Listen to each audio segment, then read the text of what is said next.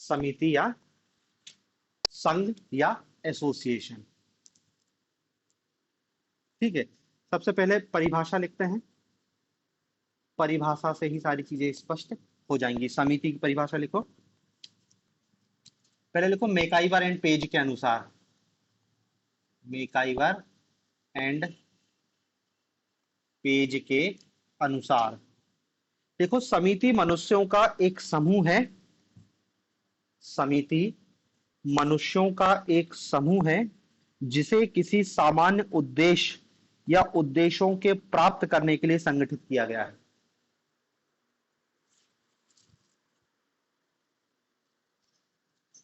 समिति मनुष्यों का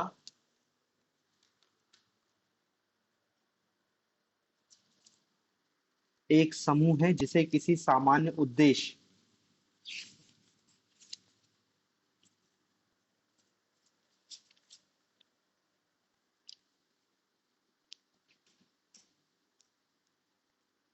जिसे किसी सामान्य उद्देश्य या उद्देश्यों को प्राप्त करने के लिए संगठित किया गया है। दूसरी परिभाषा लिखना फेयर चाइल्ड के अनुसार। फेयर चाइल्ड के अनुसार देखो, समिति एक संगठनात्मक समूह है जिसका निर्माण सामान्य उद्देश्यों की पूर्ति के लिए किया जाता है। समिति एक संगठनात्मक समूह है जिसका निर्माण सामान्य उद्देश्यों की पूर्ति के लिए किया जाता है और जिसका अपना आत्मनिर्भर प्रशासकीय ढांचा तथा कार्यकर्ता होते हैं।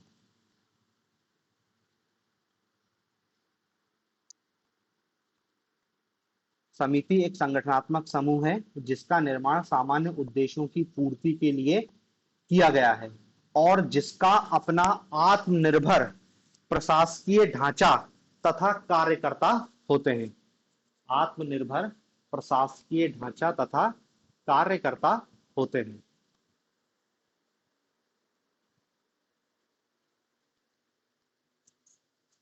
ये फेयर चाइल्ड की परिभाषा है।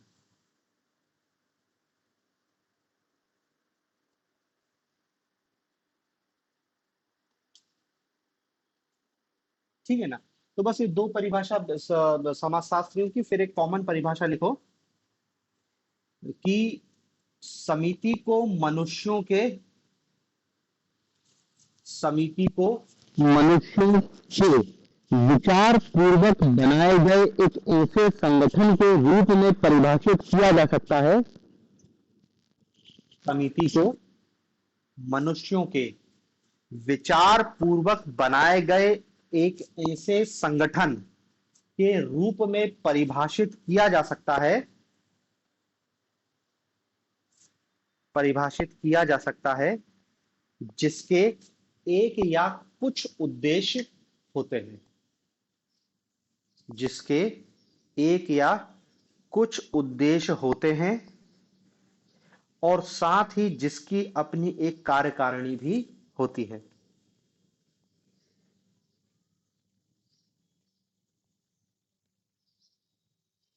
साथ ही जिसकी अपनी एक कार्यकारिणी भी होती है। देखो, अब भी अपन ने समुदाय पढ़ के आए हैं, समुदाय को दिमाग में रखना है क्योंकि समुदाय और समिति में भी अपन को अंतर पता होना चाहिए। तो हम समिति को परिभाषित क्या कर रहे हैं कि भाई, कह तो हम इसको भी लोगों का समूह ले रहे हैं। हमने समुदाय को भी लोगों का समूह ही कहा था, समिति भी लोगों का ही समूह है।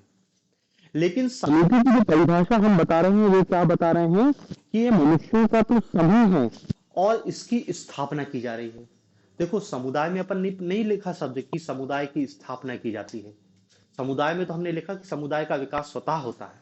समिति में नहीं लिख रहे हैं। समिति में क्या कह रहे हैं कि इसकी स्थापना कर रहे हैं, मतलब इसका विकास स्वतः नहीं हो रहा। मतलब लोगों का तो समूह है लेकिन क्या है, अपने आप नहीं बनता, इसको लोग बनाते हैं। अब जब बना रहे हैं तो बनाने का कोई ना कोई उद्देश्य तो होगा ही होगा। बिना उद्देश्य के तो कोई समिति क्यों बनाएगा? समुदाय में ऐसा नहीं था, समुदाय का कोई विशेष उद्देश्य नहीं था। समुदाय तो कॉमन पर्पस के हिसाब से अपने आप विकसित हो जाता है जिसमें व्यक्ति अपना एक सामान्य जीवन जीता है।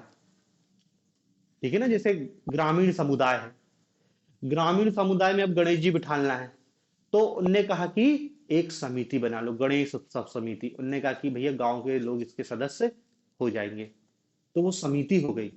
अपना एक उद्देश्य है, उद्देश्य पूरा होगा और समिति खत्म भी हो जाएगी। तो समिति बनेगी भी आदमी के द्वारा और खत्म भी आदमी के द्वारा कर दी जाएगी, एक स्पेशल पर्पस के हिसाब से।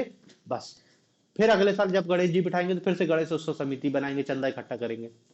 ये समिति लोगों का समूह है, विचार पूर्वक बनाई जाती है और एक विशेष उद्देश्य के लिए बनाई जाती है। स्पेशल पर्पस होता है, कॉमन पर्पस नहीं होता है। लोग जबरन आके समिति में नहीं बैठ रहे हैं, कोई उद्देश्य होता है। ठीक है ना। तो यही समिति की परिभाषा से हमको इतनी बातें समझ आ रही हैं, और इन्हीं परिभाषा से आप देखो समुदाय से इसका डिफरेंस भी आसानी से कर पा रहे होगे कि समुदाय भी हमने पढ़ा था, समुदाय भी लोगों का समूह है। दोनों लोग तो दोनों जगह हैं, लेकिन एक का विकास स्वतः हो रहा है और एक व्यक्ति बना रहा है। ठीक है ना। अब लिखो समिति की विशेषताएं या लक्षण।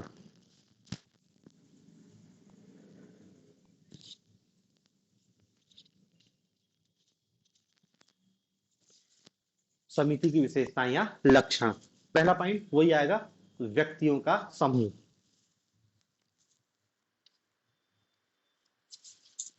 व्यक्तियों का समूह। देखो समिति का निर्माण कुछ व्यक्ति मिलकर करते हैं। समिति का निर्माण कुछ व्यक्ति मिलकर करते हैं।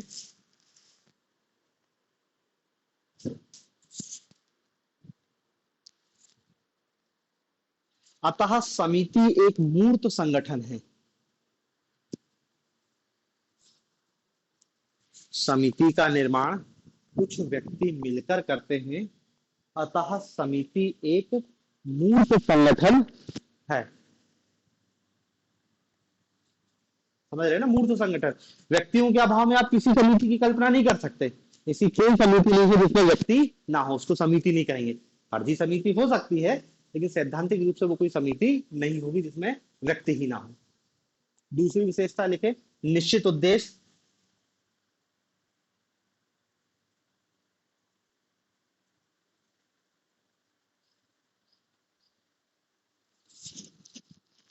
समिति के कुछ निश्चित उद्देश्य होते हैं जिनको लेकर वो गठित की जाती है।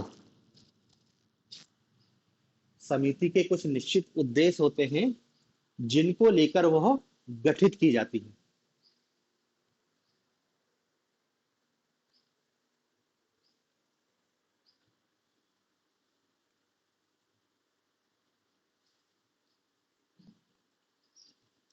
किसी भी उद्देश्यहीन समूह को समिति नहीं कहा जा सकता। किसी भी उद्देश्यहीन समूह को समिति नहीं कहा जा सकता।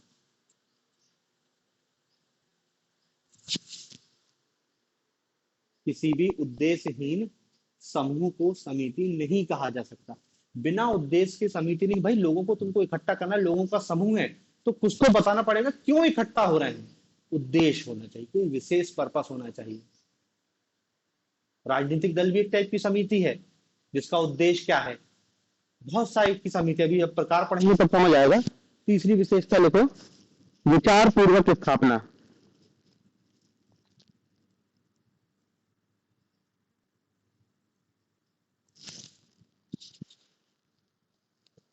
क्योंकि जब कुछ लोग सामूहिक रूप से मिलकर अपने किसी उद्देश्य को पूरा करना चाहते हैं,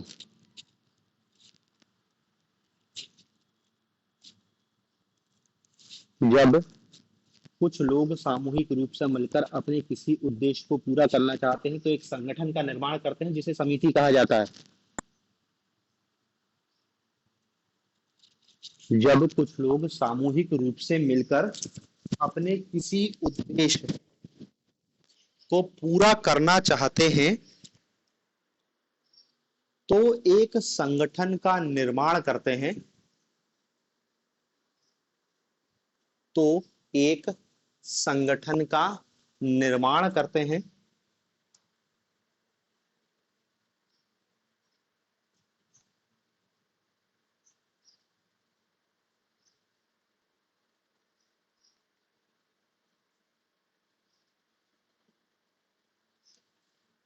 जिसे समिति कहा जाता है।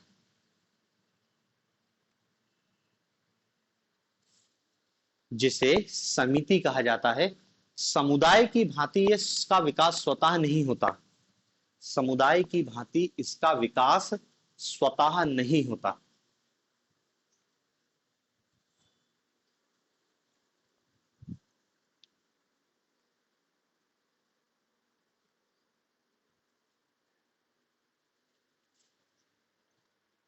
अगला पॉइंट लिखो, एक निश्चित संगठन। निश्चित भाई कॉमन गोल तो बनाना पड़ेगा ना। गणेश जी एक व्यक्ति नहीं बिठा पा रहा है, इसलिए वो कहे गणेश उत्सव समिति बना लेता है कि मिलके बिठा लेंगे। एक निश्चित संगठन, प्रत्येक समिति का एक निश्चित संगठन होता है।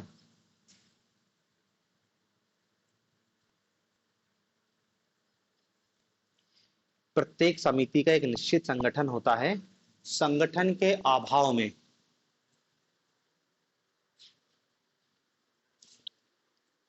कोई भी समिति अपने उद्देश्यों को प्राप्त नहीं कर सकती।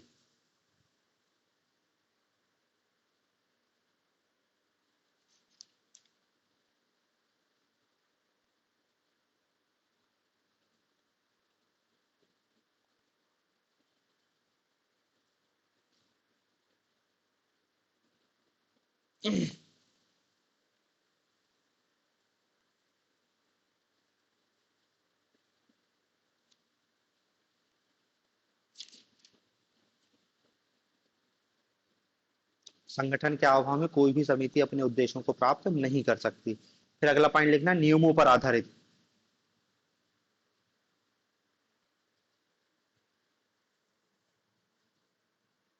नियमों पर आधारित, प्रत्येक समिति के कुछ नियम उपनियम आदि होते हैं। प्रत्येक समिति के कुछ नियम उपनियम आदि होते हैं।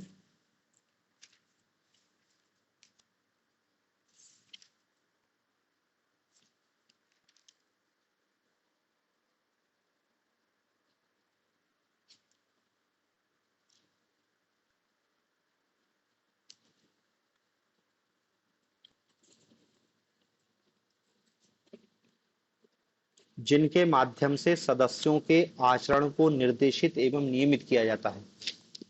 जिनके आधार पर सदस्यों के समूह को निर्देशित एवं नियंत्रित किया जाता है।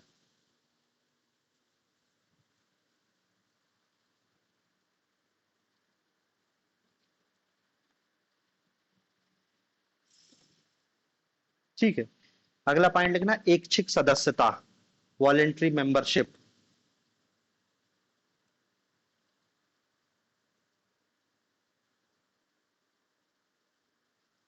देखो, किसी भी समिति का सदस्य बनना या नहीं बनना, किसी भी समिति का सदस्य बनना या नहीं बनना,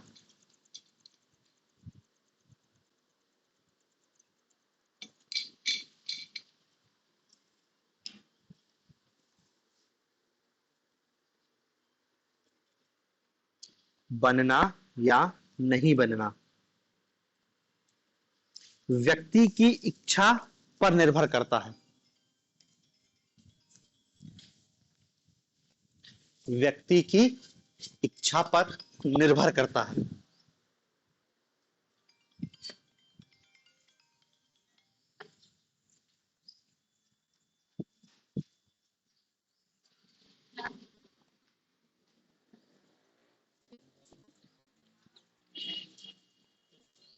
क्या लिखा?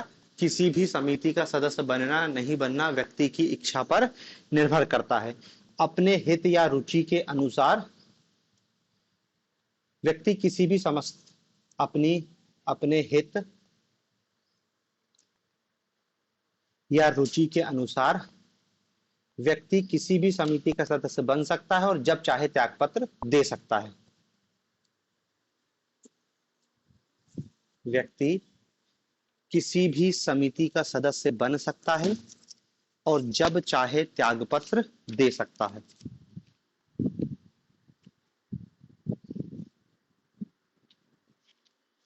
जब चाहे त्यागपत्र दे सकता है।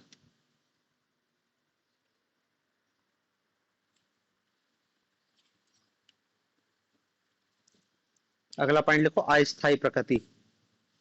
अस्थायी प्रकृति।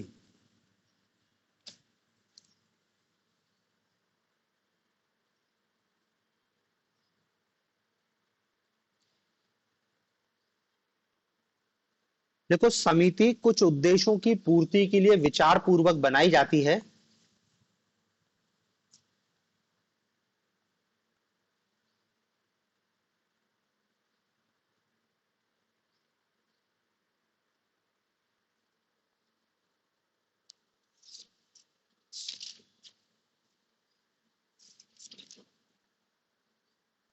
इन उद्देश्यों के पूरा होने पर उसे समाप्त कर दिया जाता है।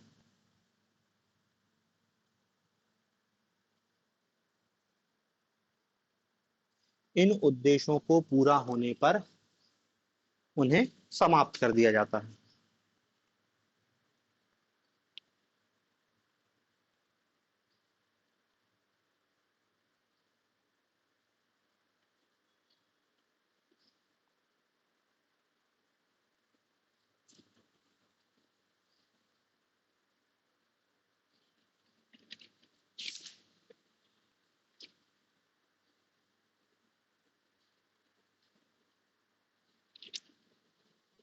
अगला पॉइंट लिखो, औपचारिक संबंध।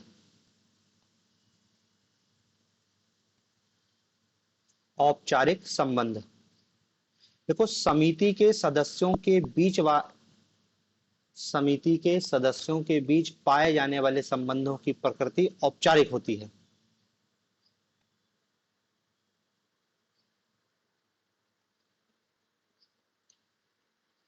सदस्यों के बीच पाए जाने वाले संबंधों की प्रकृति औपचारिक होती है।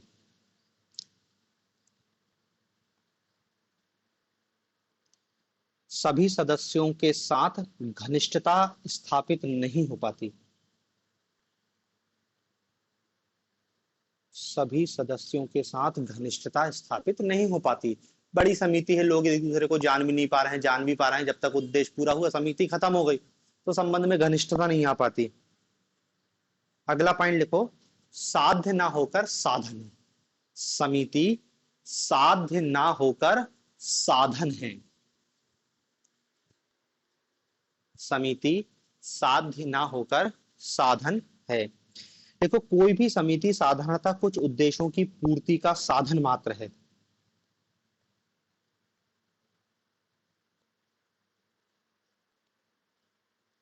कोई भी समिति साधारणतः कुछ उद्देश्यों की पूर्ति का साधन मात्र है। वह अपने आप में साध्य नहीं है।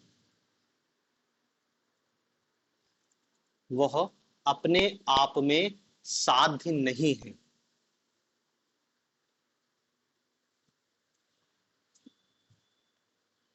ठीक है ना। समिति उद्देश्य की प्राप्ति के लिए बनाई जाती है, तो उद्देश्य को प्राप्त करना ही क्या है, साध्य है। समिति तो उस उद्देश्य को प्राप्त करने का एक साधन मात्र है। गणेश उत्सव समिति का उद्देश्य क्या है, गणेश जी की मूर्ति बिठाना, पूजा पाठ करना और उसके बाद उनका विसर्जन कर देना, ये मेन गोल है। अब तो ये मत सोच लेना कि गणेश उत्सव समिति ही साध्य हो गया, कि समिति को बचाना। मेन काम है, काम खत्म समिति खत्म। तो समिति केवल साधन है, काय के लिए, उद्देश्य की प्राप्ति के लिए। आप सरकारी नौकरी हो, आप अपनी तनख्वाह बढ़वाना चाहते हो सरकार से, तो आपने क्या है, अपनी एक समिति बना ली है। अब वो समिति क्या है, विरोध प्रदर्शन कर रही है। पता चला सरकार ने आपकी तनख्वाह बढ़ा दी, आपने अपनी समिति भंग कर दी। भाई तत्काल समिति बनी ना कि तनख्वाह बढ़ाने के लिए संघर्ष समिति बना ली, और जब उद्देश्य की पूर्ति हो गई तो उसको भंग कर दिया। तो वो तो केवल साधन है। ठीक है ना। तो देखो, ये समिति की कुछ सामान्य विशेषताएं, सिंपल कॉन्सेप्ट है। हम अपने जीवन में बहुत सारी समितियों के सदस्य हैं, समितियों में भाग लेते हैं। बस हमको समाजशास्त्र के हिसाब से उसकी परिभाषा समझनी है कि समिति व्यक्तियों का समूह है जो एक सामान्य उद्देश्य के लिए बनाई जाती है, और इसको विचार पूर्वक एक विशेष उद्देश्य की प्राप्ति के लिए बनाई जाती है। इसी परिभाषा से हमको बहुत सारी विशेषताएं दिख जा रही है कि भाई व्यक्तियों का समूह है, स्वतः विकास नहीं होता है, विचार पूर्वक बनाई जाती है, निश्चित उद्देश्य होता है। जब समिति है उसको उद्देश्य प्राप्त करनी है तो अपना एक ऑर्गेनाइजेशन बनाना पड़ेगा, संगठन होगा कि भाई ये एक समिति का पदाधिकारी, अध्यक्ष, उपाध्यक्ष, कोषाध्यक्ष, फलान अध्यक्ष, कार्यकारी बनानी पड़ेगी।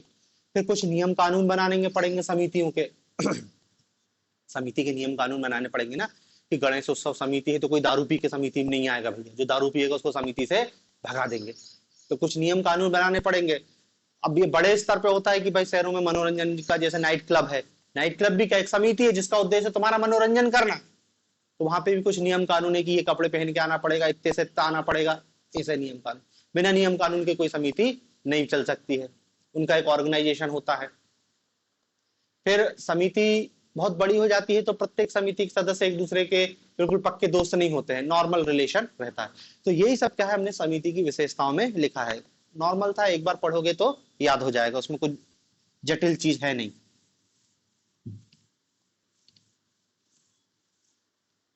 फिर अगला लिखो समिति के प्रकार। समिति के प्रकार, टाइप्स ऑफ एसोसिएशन।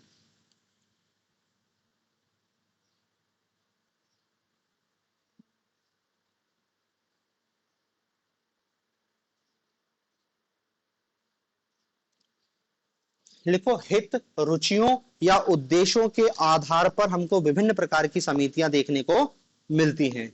इंटरेस्ट, हित, उद्देश्य और रुचियों के आधार पर हमको विभिन्न प्रकार की समितियां देखने को मिलती हैं। पहला लिखो आर्थिक समितियां।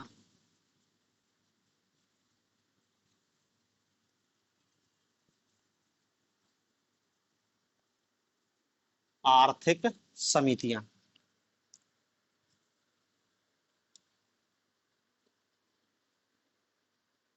अब देखो अपन ने क्या लिखा है, इंटरेस्ट के आधार पर। तो जब आपका इंटरेस्ट इकोनॉमिक हो, आर्थिक हो, तो जो समिति बनेगी वो आर्थिक समिति कहलाएगी। मतलब देखो यहां पर हम जो समिति का डिवाइडेशन कर रहे हैं, ये डिवाइडेशन केवल इंटरेस्ट के आधार पर कर रहे हैं। जब आप पैसा कमाने या पैसा धेला से कोई समिति बना रहे हो, जैसे मजदूर संघ। मजदूर संघ क्या है, एक समिति है जिसका उद्देश्य क्या है, मालिक पर दबाव डाल के अपने लिए सुविधाएं बढ़ाना। तो मजदूर संघ को हम क्या है, आर्थिक समिति के अंतर्गत बता देंगे। फिर जैसे व्यापारियों की समिति होती है, नगर व्यापारी एसोसिएशन, फिक्की, एचएसएमओ, ये सब क्या है, ये सब आर्थिक समितियों के अंतर्गत आता है। व्यापारिक समितियां, सबका उद्देश्य इकोनॉमी है। दूसरा लिखना राजनीतिक समितियां। राजनीतिक समितियां,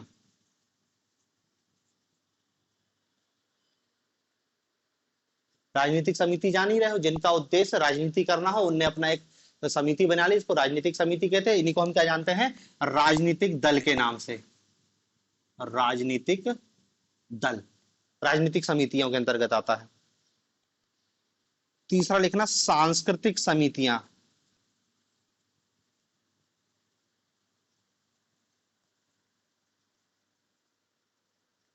सांस्कृतिक समितियां,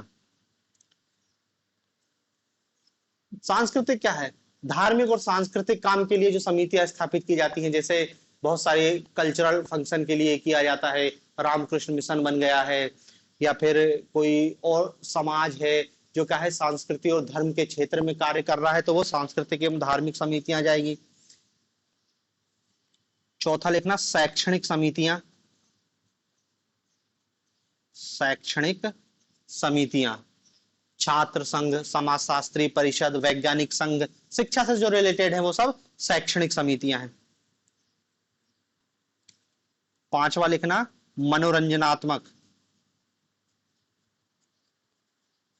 इंटरटेनमेंट, जिनका उद्देश्य क्या है, मनोरंजन करना है। आपके नाइट क्लब हो गए, क्लब हाउस हो गया, व्यायामशाला हो गई, और नाट्य मंडली, खेल कूद के क्लब, ये सब क्या है, मनोरंजनात्मक समितियों के अंतर्गत आते हैं। और छठवा लिख लेना सेवा एवं सामान्य कल्याण। सेवा व सामान्य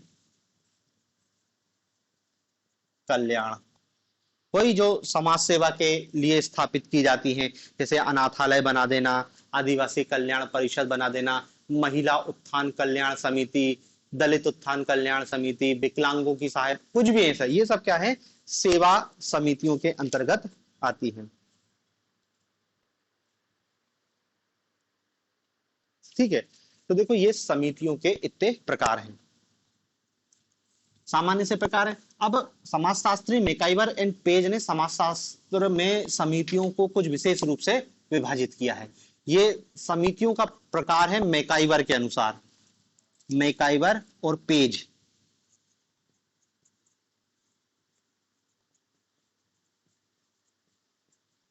मैकाइवर और पेज के अनुसार समितियों के प्रकार, इनने दो टाइप की समिति बनाई है।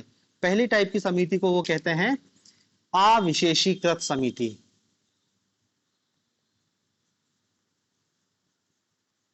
अविशेषीकृत, और दूसरे टाइप की समिति को कहते हैं वो विशेषीकृत समिति, अविशेषीकृत और विशेषीकृत समिति।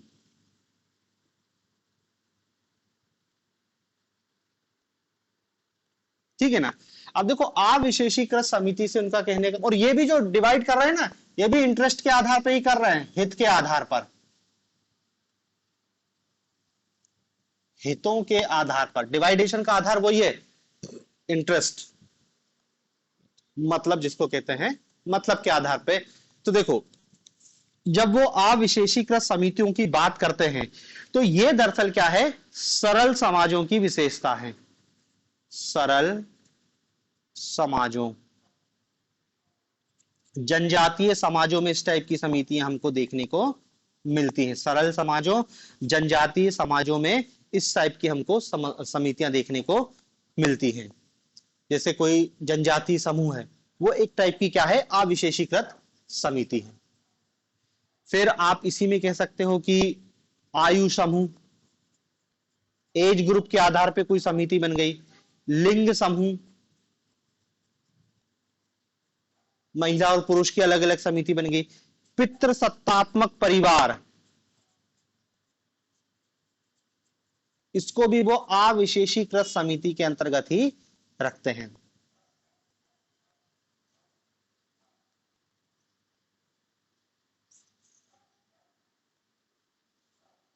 ठीक है ना। अब देखो विशेषीकृत समिति, नाम ही है विशेषीकृत। विशेषीकृत में क्या बताएंगे, ये नॉर्मल जो सरल समाज है, ये अब हमारे क्या है, आधुनिक समाज की विशेषताएं रहेंगी। और इसको भी उन्होंने तीन कैटेगरी बताई है, विशेषीकृत समितियों की भी तीन कैटेगरी बताई है। पहला बताया है द्वितीयक,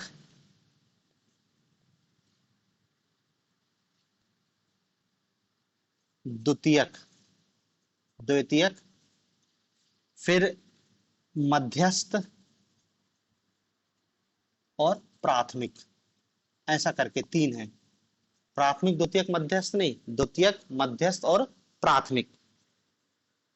द्वितीयक में वो क्या कहते हैं, मैकाइवर और पेज का कहना है कि द्वितीयक समितियों के अंतर्गत हम जो नॉर्मल हमारी समितियां होती हैं हित के आधार पे, जैसे आर्थिक हित के आधार पे आर्थिक समितियां, राजनीतिक हित के आधार पे जो समितियां बनती हैं, व्यवसायिक आधार पे जो समितियां बनती हैं, उन सबको क्या है वो द्वितीयक समितियों के अंतर्गत रखते हैं।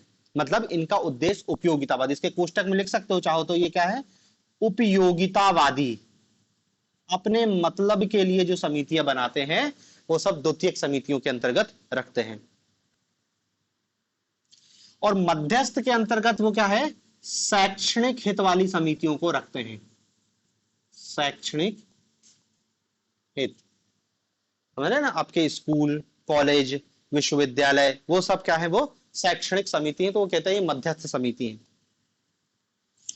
फिर प्राथमिक जो समिति है, प्राथमिक समितियों के अंतर्गत वो क्या है, सांस्कृतिक समितियों को रखते हैं, सांस्कृतिक, जिनका उद्देश्य सांस्कृतिक है।